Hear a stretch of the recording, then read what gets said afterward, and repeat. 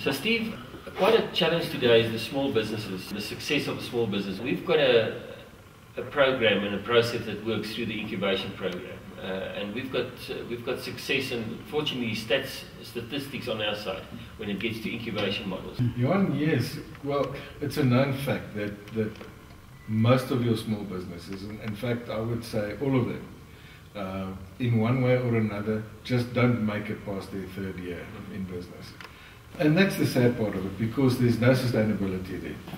Small businesses, and there's reasons why these things happen. The owner either is not an entrepreneur, but he's got a good product, or he's an entrepreneur without a product, or whatever his shortcomings may be, he's on his own. And that's the sad part. In an incubation program, his shortcomings has all been supplied in. So he gets the opportunity to function as a good business, a solid business with a lot of experience, a lot of expertise behind it, and still be an entrepreneur on his own. Through our program, we can support him in his weaknesses because there's other people with strengths, and also in the incubation shared service, we can support him in his weaknesses, so he or she can really be supported. Also in terms of the gifts that they have, and that's part of the incubation program. Not anybody can be an entrepreneur. So we also focus on people's gifts and what their strengths that they can bring into a business. It's so important for people that wants to go into business to understand that every single thing in life has purpose. Without purpose, it's meaningless.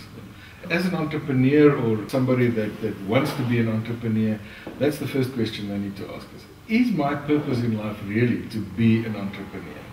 Or where is my purpose in life? What's my destiny? What was God's intent with my life?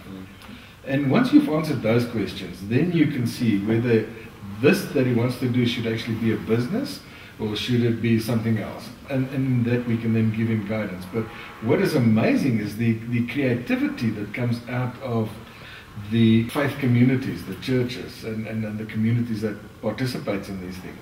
And I really believe that is divine creativity that is vested in them by God himself. I mean, we worship the creator of all things. And that must in some way play a role in our lives. And I think that makes a huge difference in those businesses is because people are passionate about what they do. We quite often hear somebody coming to us and speaking to us and saying, this is actually what I always wanted to do.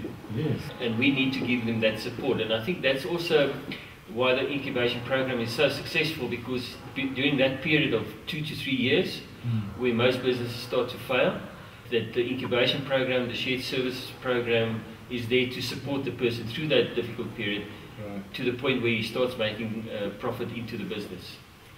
Johan, something that I would like to mention in this regard is the fact that we have a lack of proper fatherhood. We don't have fathers today that really guides their sons and their daughters into their purpose in life.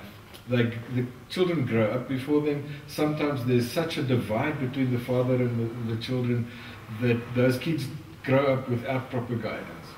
And if we as men just realize how important it is that we again take up that role as fatherhood, as fathers in our houses, so that we can give our kids guidance, then probably most of what we do now in terms of incubation would already have been taken care of. But that's where your role as a mentor comes in. You actually father the business and supports the entrepreneur with his or her business. That's a sufficient role that you play. There's something that we can learn from the Jewish communities regarding this. Small Joseph coming in and wants to start a business. There's a whole way that the Jewish community actually mentors their people and supports their people. You see, I think they understand the fact that as a person, I'm limited. But as a community or as a fraternity of persons, I'm basically unlimited, because there's so much in there that can really make things work for me. And talking about fathers, if I as a father see that I have certain limitations and my son grows up and he's a genius in some way or another, then I need to know where to go to get him the proper guidance and help that he needs to actually become what he's supposed to be.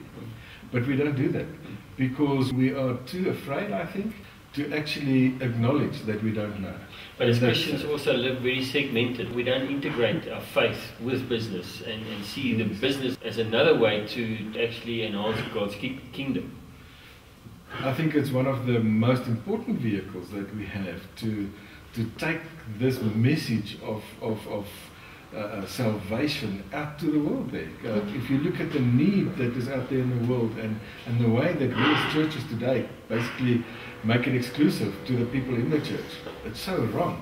But if we realize that we need to go out and we need to go and touch the world as Jesus did, then we would realize that business is an excellent opportunity, a vehicle that goes beyond a lot of other things to actually take it out there and touch the community in a positive way.